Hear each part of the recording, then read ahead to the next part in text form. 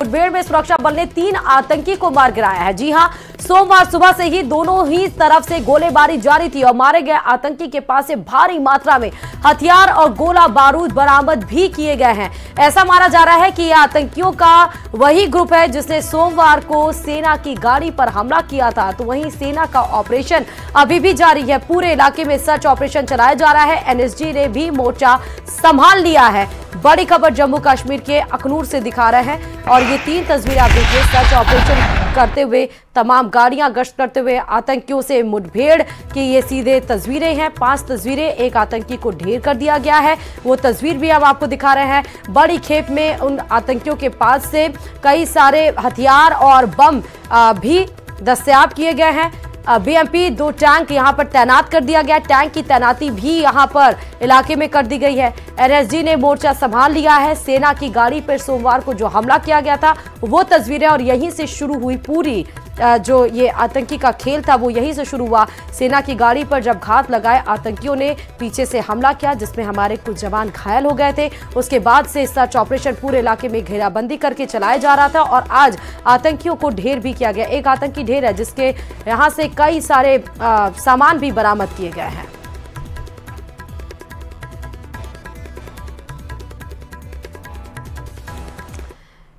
और इस बीच अखनूर में चल रही मुठभेड़ में सेना का एक खोजी डॉग यानी कि फैंटम आतंकवादियों से लोहा लेते हुए शहीद हो गया।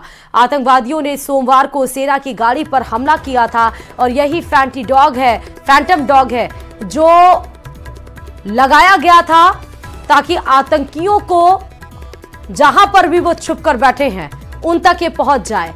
लेकिन दुख की बात यह है कि मुठभेड़ में फैंटम को गोली लगी और अब ये नहीं है, जिसके बाद सेना ने जवाबी कार्रवाई शुरू कर दी उस मुठभेड़ में और मुठभेड़ में सेना के खोजी डॉग फैंटम को गोलियां लग गईं और वो शहीद हो गया।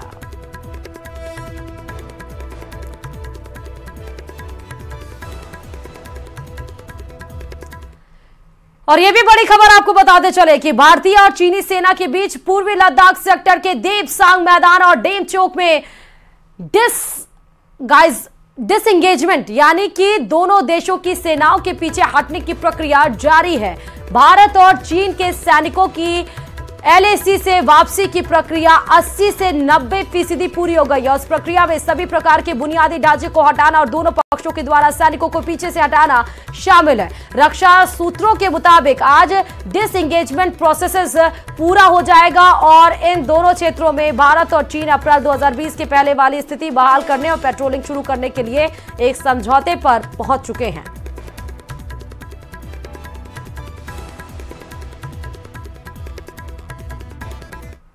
और खबरों में आगे बढ़ते बताते चले कि सोशल मीडिया एक्स पर एक सड़क का वीडियो सामने आया है जिसमें एक ब्रेकर की वजह से गाड़ियां हवा में उड़ती नजर आ रही हैं।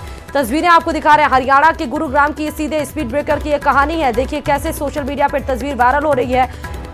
स्पीड ब्रेकर ऐसा बनाया गया कि या तो गाड़ी चलाने वाले को नजर नहीं आ रहा है या तो वो स्पीड ब्रेकर की हाइट कुछ ज्यादा है, क्योंकि हवा में उछलती हुई गाड़ियों का नजारा अब सोशल मीडिया पर तेजी से वायरल हो रहा है। ये वीडियो दिल्ली के पास हरियाणा के गुरुग्राम का बताया जा रहा है। इस वीडियो में एक कार और एक ट्रक को हवा में कुछ ऊपर उड़ते हुए देखा जा सकता है। बताया गया है कि गुरुग्राम गोल्फ कोर्स रोड पर एक ब्रेकर है जो लोगों को दिखाई नहीं दे रहा है और इसी वजह से कार और ट्रक उछलते दिखाई दे रहे हैं।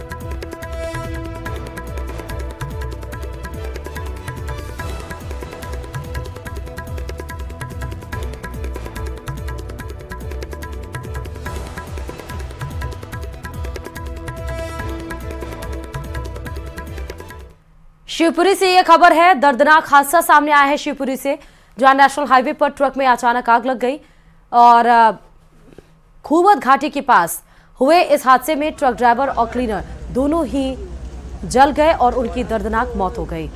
ट्रक राजस्थान के अलवर का बताया जा रहा है। तस्वीरें आपको दिखा रहे हैं। ट्रक में जो भीषण आग लगी है और इसमें जो ड्राइवर था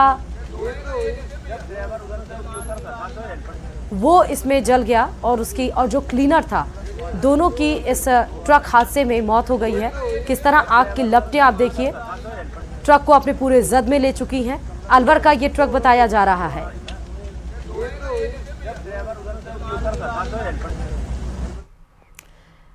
और पंजाब से इस वक्त की बड़ी खबर, पंजाब के मानसा से इस वक्त की बड़ी खबर है, जहां एक पेट्रोल पंप पर धमाका कर अवैध वसूली की मांग का मामला सामने आया है। सूत्रों से पता चला है कि पंप मालिक को अवैध वसूली देने के लिए कई कॉल की गई थी और इसके बाद यह धमाका किया गया। पुलिस ने अज्ञात लोगों के खिलाफ मामला दर्ज कर लिया है। पेट्रोल पंप के मालिक के मुताबिक उन्हें अवैध वसूली के लिए कॉल की गई थी।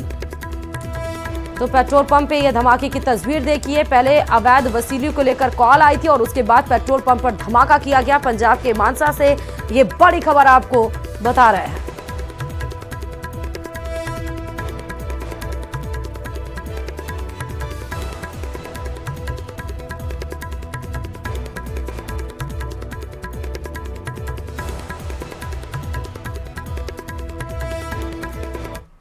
और सीधे लाइव तस्वीरें आपको दिखाते हैं। प्रधानमंत्री नरेंद्र मोदी जहां नियुक्ति पत्र बांट रहे, रोजगार मेले में युवाओं को नियुक्ति पत्र बांटते हुए प्रधानमंत्री नरेंद्र मोदी की सीधे तस्वीरें। व्यवस्था की है। प्रधानमंत्री इंटर्नशिप योजना के तहत भारत की टॉप 500 कंपनीज में पेड इंटर्नशिप का प्रावधान किया गया है। हर इंटर्न को 1 साल तक 5,000 रुपया प्रति माह दिया जाएगा। हमारा लक्ष्य है कि अगले 5 वर्षों में 1 करोड़ युवाओं को इंटर्नशिप का अवसर मिले।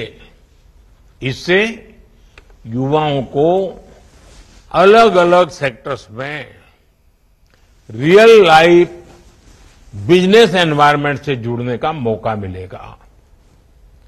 उनका ये अनुभव उनके कैरियर के लिए बहुत लाभकारी होगा। साथियों, विदेशों में भी भारतीय युवाओं को आसानी से नौकरी मिले, इसके लिए भी भारत सरकार नए मौके बना रही है। हाल में ही जर्मनी ने, आपने अखबार में पढ़ा होगा, जर्मनी ने भारत के लिए स्किल वर्कफोर्स स्ट्रेटेजी जारी की है। जर्मनी ने स्किल्ड भारतीय युवाओं को, जिनके पास हुनर है, ऐसे भारतीय युवाओं को हर वर्ष, पहले कभी 20,000 लोगों को वीजा मिलता था, इन्होंने ऐसे नौजवानों के लिए हर वर्ष 90,000 वीजा देने का तय किया है। मतलब 90,000 लोगों को वहां रोजगार के लिए जाने का अवसर मिलेगा। और इसका बहुत बड़ा फायदा हमारे युवाओं को होगा। भारत ने हाल के वर्षों में 21 देशों के साथ माइग्रेशन और रोजगार से जुड़े समझौते किए हैं। इनमें गल्फ कंट्रीज के अलावा Japan, Australia, France, Germany, Mauritius, Israel, UK और इटली जैसे बहुत आर्थिक रूप से संपन्न देश शामिल हैं। यूके में काम करने, पढ़ाई करने हर साल 3,000 भारतीय 2 साल का वीजा हासिल कर सकते हैं। ऑस्ट्रेलिया में हर साल हमारे 3,000 छात्रों को पढ़ाई करने का अवसर मिलेगा।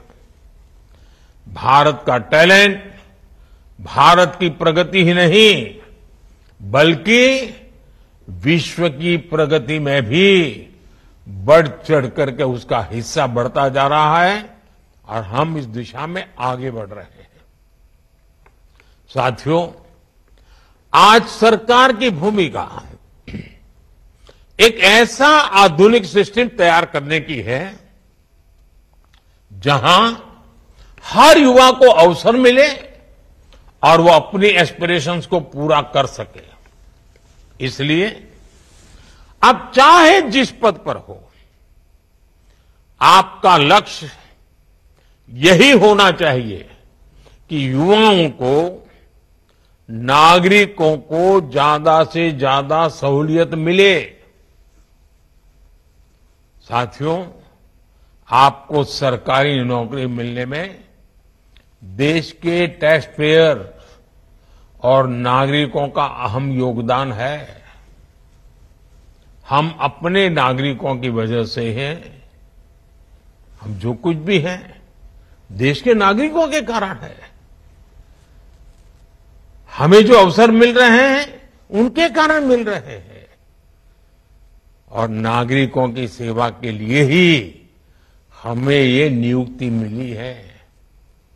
बिना खर्ची, बिना पर्ची, ये नौकरी का जो नया कल्चर है ना, हमें भी ये